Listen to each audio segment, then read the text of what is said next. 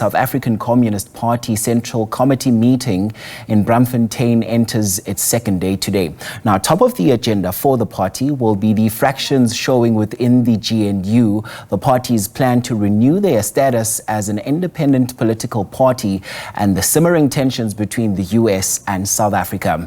Here's SABC News reporter Natasha Phiri, who's covering this meeting and joins us live. So, Natasha, what is happening there? I'm sure there's a whole lot of matters that are going to be on the agenda. What takes center stage? Definitely, Mkolisi, to you and to our SABC viewers. Well, a lot, like you just said, is going to take center stage.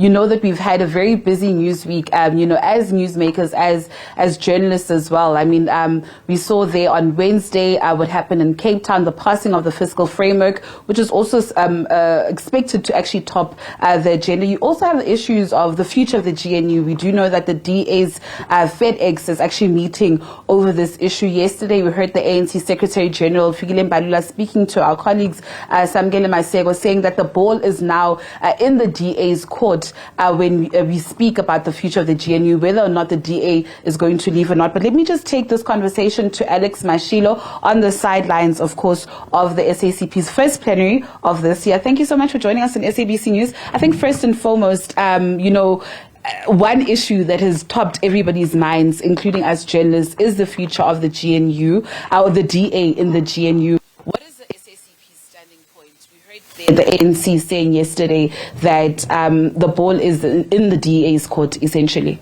Firstly, let me state what the SACP has adopted just before the budget was unveiled, because it came to our attention at that time that there was a plan to increase the value-added tax. We released a statement the day before the aborted budget delivery, saying that we reject the value-added tax. Having said that, now I must indicate that the voting patterns in Parliament on Wednesday showed the DA that it is not a key factor in the GNU arrangement.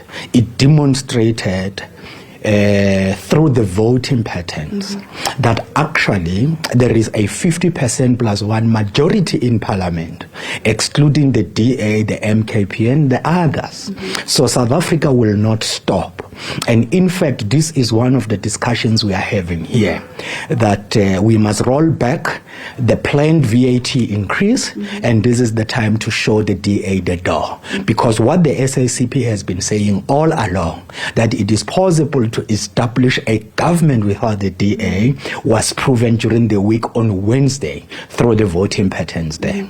So Alex, if this is an opportunity to show the DA the door in the government of national unity, do you think that the GNU partners should start, or actually start speaking to other political parties? As the SACP, which political party would you like to see enter the GNU? The lineup of forces demonstrated itself through the voting patterns on Wednesday. An alternative was clearly spelled out. The dilemma that the DA faces, it's whether they can vote to reject the fiscal framework and after doing so, go back to the government to implement it, because that will be hypocritical. They must be the first persons actually to show themselves the door, to prove that they voted, and meaning what they will now do, which is to walk the talk. They have to go out. You've covered issues around, the fiscal framework, of course, like right now, the future of the GNU.